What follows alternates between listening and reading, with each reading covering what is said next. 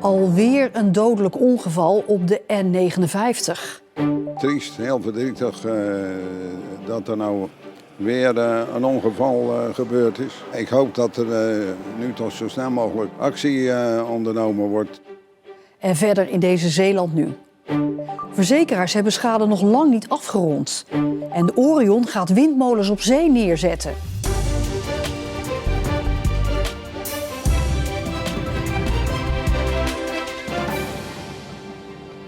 Goedenavond. Opnieuw een auto-ongeluk met dodelijke afloop op de N59. De weg tussen Zierikzee en de Zuid-Hollandse eilanden. Dit keer tussen Nieuwerkerk en Oosterland, waar twee auto's frontaal op elkaar botsten. Een van de bestuurders kwam daarbij om het leven. Het is nog niet duidelijk wat er nou precies is gebeurd. Voor veel mensen is het ongeluk van gisteren nog heel erg vers. Veel mensen praten er liever ook niet over. Ook omdat ze niet weten hoe het ongeluk waarbij een dode viel kon gebeuren. Je hebt zoiets van, we gaan het weekend maar weer niet meer weg, zeg maar.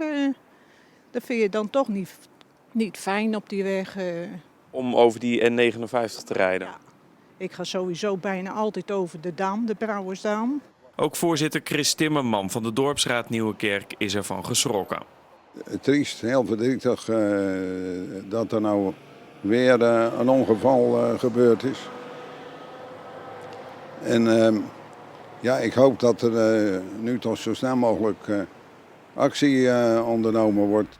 Want in de afgelopen jaren zijn er al vaker ernstige ongelukken gebeurd. In 2017 besloten de gemeenten Schouwen-Duiveland en Goeree-Overflakkee gezamenlijk het probleem bij de toenmalige minister aan te kaarten. De N59 is immers een rijksweg, maar tot nu toe zonder resultaat. Wat Timmerman betreft is de oplossing simpel. Een soort rondweg rond Nieuwerkerk te leggen die dan helemaal vrij lag, zoals de N59 op Goeree-Overflakkee ook helemaal vrij ligt. En ja, dat zou gewoon de oplossing zijn. Dan kan dat een ruime brede weg worden. En ja, dan het lokale verkeer kan hier gewoon gebruik van maken. Maar op straat zijn de meningen verdeeld. Zo vindt de een dat het niet aan de weg ligt, terwijl de ander het daar juist wel aan wijt. Ik vind hem vrij smal. Vooral als je een vrachtwagen voorbij rijdt, dan gaat het maar net. Hij is vrij smal. Ja, dat vind ik wel. En zou dat, denkt u, dan helpen als hij wat breder zou zijn? Ja, je hebt dan wel het gevoel dat het wat veiliger is. Hè? Dat je hebt meer ruimte om te rijden. Er komen steeds meer vakantiegangers bij. En wel vakantieparken. Maar dan moeten de wegen ook wel aangepast worden. Want vol is vol en zo gaat het niet meer. Ik heb het zelf ook wel eens meegemaakt als je daar ergens oprijdt. Dat je zegt van, hoe kan dat nou? Waar is die wagen gebleven? Maar het gebeurt gewoon. Het is gewoon een ongeluk. En dat kan iedereen overkomen. Ja, verslaggever Heiko Strietman, jij was vandaag bij die N59... waar tegemoetkomend verkeer elkaar rakelings passeert. Al veel ongelukken gebeurt. Ja, er wordt gevraagd dus om actie al eerder. Wanneer gebeurt er nou eens wat? Nou, dat is de grote vraag. Als je kijkt naar het afgelopen jaar, dan zijn er 4 ernstige ongelukken geweest. Afgelopen december nog met een vrachtwagen waarbij uiteindelijk een dode te betreuren was en 3 gewonden. Ja, nu dus weer een ongeluk met een dodelijk slachtoffer. En iedereen vindt het heftig en tegelijkertijd is men ook wel geïrriteerd van ja, wanneer wordt er nou eens iets aan gedaan? Want die 2 gemeentes, die zijn dus, de 2 betrokken gemeentes, zijn dus naar de minister gestapt. In 2017. Ja, en dat heeft nog niks opgeleverd? Nee, tot nu toe nog niks concreets. Het liefst wil men een nieuwe rondweg die eigenlijk als het ware wordt aangelegd qua breedte aan de huidige eisen. En als dat niet kan, zeggen ze van ja, verbreed dan op zijn minst die N59. Nou, dat is op sommige punten heel erg lastig, omdat de ruimte er simpelweg niet 1, 2, 3 is. Maar goed, uiteindelijk is het aan de politiek en men hoopt heel erg dat het nieuwe gemeentebestuur van Schouwen-Duiveland hier nu zo snel mogelijk mee aan de slag gaat. Heiko Strietman, dankjewel. In de haven van Vlissingen is vandaag een nieuw schip gedoopt, de Orion. Het is een offshore schip van het bedrijf Demen en is ruim 200 meter lang. Het heeft een hijskraan aan boord die 5000 ton kan tillen. De Orion is een installatieschip dat wordt ingezet voor de bouw van windmolenparken op zee. Het schip haalt de onderstellen van windturbines op en zet die op volle zee op zijn plek. De thuishaven is dus Vlissingen, al zal de Orion daar niet vaak zijn. Wel, ze vertrekt over een tweetal weken naar de Baltische Zee, omdat daar het eerste werk plaatsvindt. Nadien hebben we een aantal jobs in de Nederlandse wateren, dus dan zal Vlissingen zeker weer aangelopen worden. En nog later gaat het schip ook naar de Verenigde Staten. Dus van een echte thuishaven kan je moeilijk spreken, maar als er al een thuishaven is, operationeel is het eigenlijk wel Vlissingen.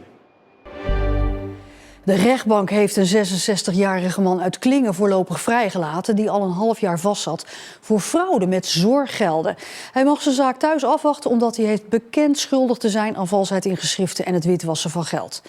Volgens het Openbaar Ministerie heeft de man ruim €1 miljoen verduisterd door onder meer valse zorgovereenkomsten op te maken en meer zorguren te declareren dan dat er echt was gewerkt. En ook zou de man uit Klingen persoonsgebonden budgetten hebben gebruikt voor het verbouwen en kopen van panden.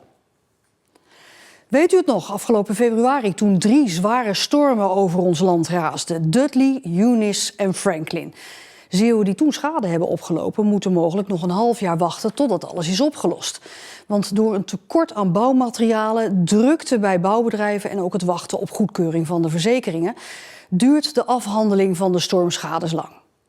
Er zijn diverse wijken, ook als je goed een rondje heen kijkt, dat er nog stormschades hersteld moeten worden.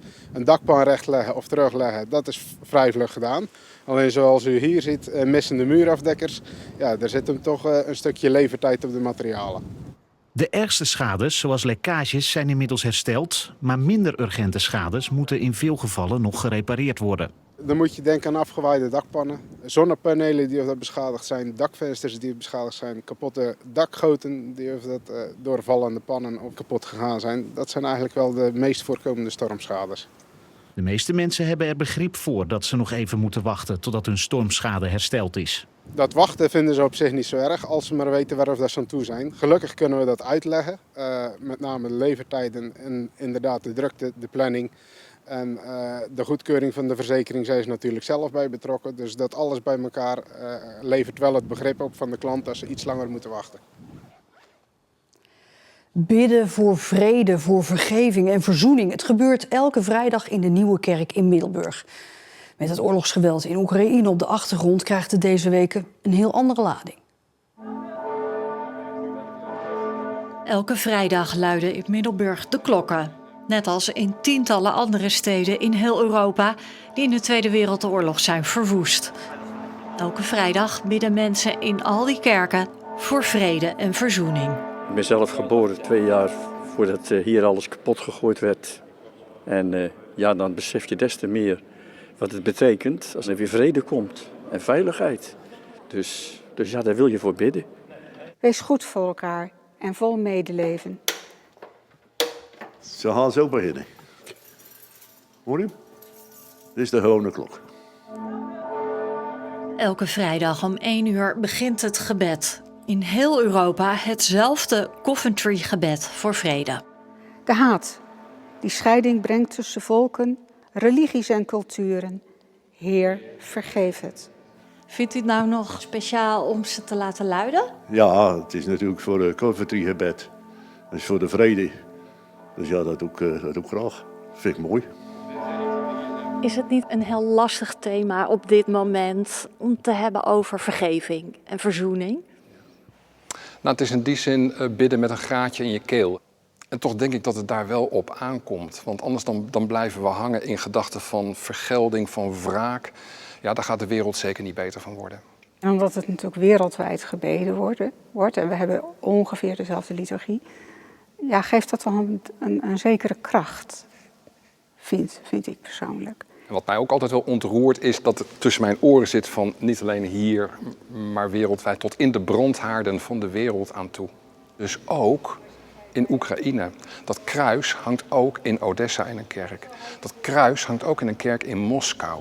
En dat zit tussen mijn oren dat ik denk van, we doen dit schouder aan schouder met elkaar. We zijn verbonden met een heleboel mensen op heel de wereld. Met het Coventry-gebed ook. Dat zit op verschillende plekken waar het zo heel erg geweest is in de Tweede Wereldoorlog. Daar komt het Coventry-gebed. En ze voelen ons verbonden ook met elkaar. En dat vind ik heel belangrijk. Ja.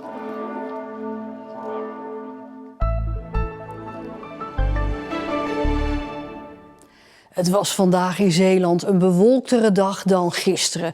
En ook was het iets kouder met zo'n 13 graden. De komende dagen blijft het droog en wisselend bewolkt. En tot zover deze Zeeland Nu. Heel graag tot morgen, dan ook met het weekoverzicht. Alvast een fijn weekend.